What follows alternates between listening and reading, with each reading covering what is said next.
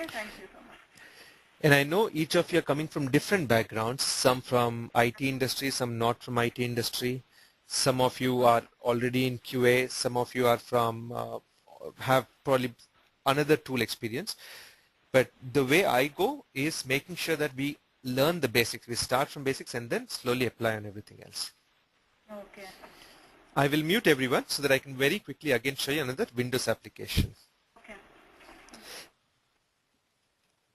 Okay, so what I did, again under automation, I clicked on record and run settings. This time I'll say Windows application. So I'll ask QTP to perform a test on Windows application. Let's see how this runs. I say okay. Now I say record. But make sure you do one thing. You go back to your web and don't click on this.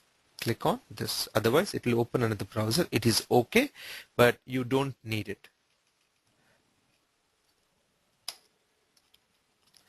Now it says record and it will be waiting for my next operations. Whatever I'm doing on Windows, look, it's generating some code. This is garbage code. I will not need it. I can delete it later. But what I want to do is, let's say I want to open a calculator.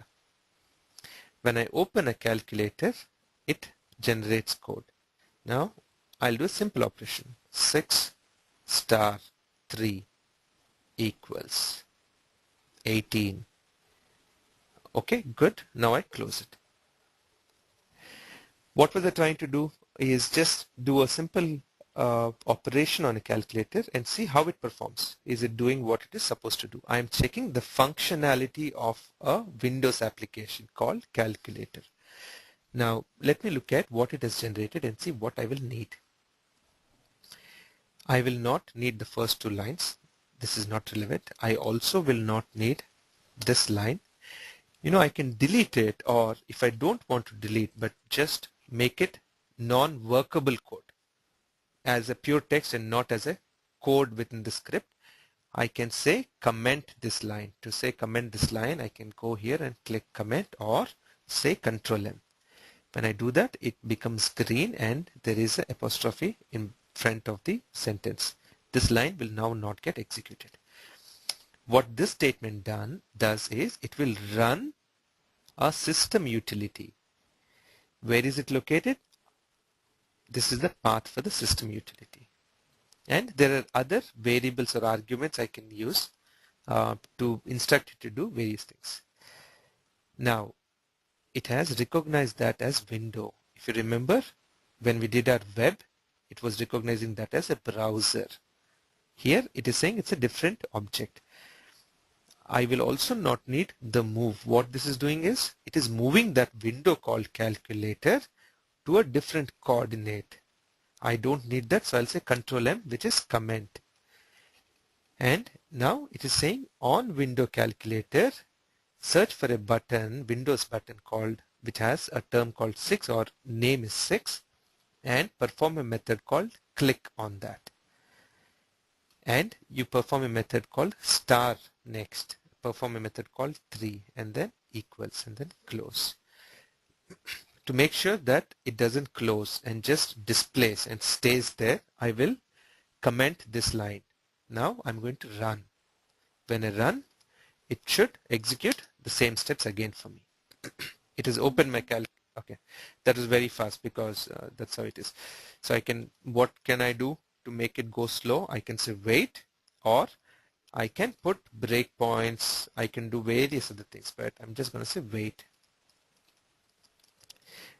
What is wait 3? Wait 3 means wait for 3 seconds before you go to the next step.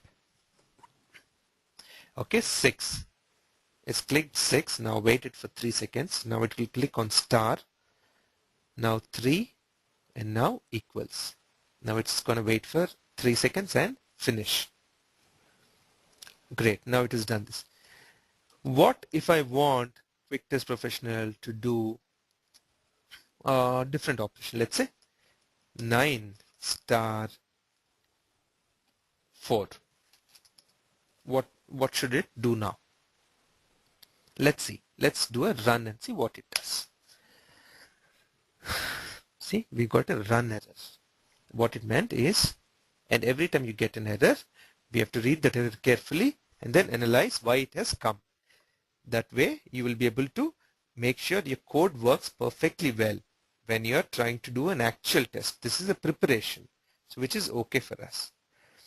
What it says is the 9 win button object was not found in the object repository. Okay, check the object repository to confirm that the object exists or to find the correct name for the object. Line 6, on line 6 we got the error. Okay, I'll say stop my test, don't do anything further. Now let me see where I can do my object repository to here, or I have a shortcut here, or even Control R.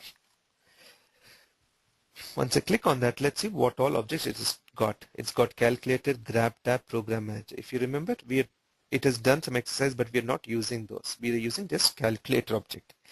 Now under that, it just has star, equals, 3 and 6.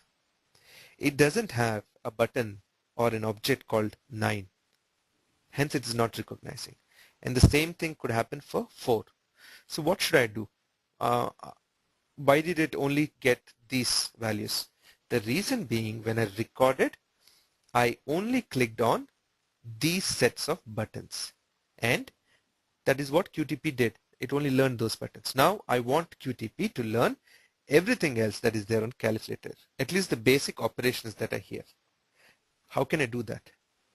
I'm going to say click on add objects to local. What it will do is it will add objects to a local object repository. What is local and not, we will look at it later, but let's try and add objects. After I click that, you see my mouse pointer is now animated as a hand. I can click which object do I want, and I'll say calculator. I'll click on that. Okay, object selection, add to repository, window, calculator. That is good. I'll say OK. When I say OK, it'll say what do you want to do on it? What kind of objects do you want to bring?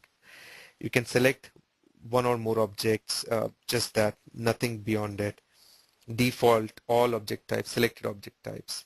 I will say OK, all object types, and click on OK. Now let's look at how my repository changes out here when I click on OK. And I say OK. See, it has got everything else. Whatever is probably there in this, it has got that. It has got all the operators, it has got all the numbers, it's got backspace, other functions. It has also got 2-3 other things. Edit. What could an edit be? It's probably this field here. Whatever you could edit is here.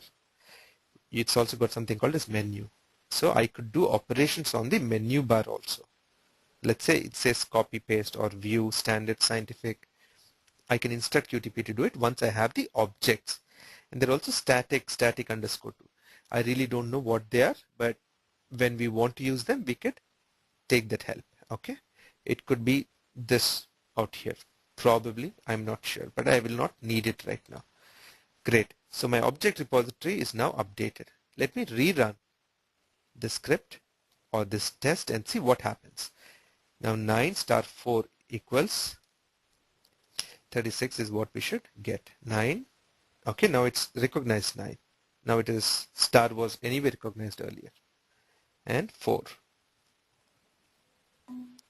Well, 36. Great. So it is performed. Now each time when you run your test to see what has it passed, has it failed, did it do what you asked it to do, was the functionality performing correctly, you would get something called as the results. I have disabled results in my pop-up under settings. That is why otherwise at the end of the test your results would automatically appear. So now I manually clicked on test results and this is what I got. It said I did one iteration and it has passed. The test name is test. The results are named this. What time did I do it? When did it start? When did it end? So it took about 26 to 40, about 14 seconds. Out here you can drill down further and see how did each of the operations go. See, it said done, done. It clicked on this, it clicked on this, and you can see here what it has done and exactly what time.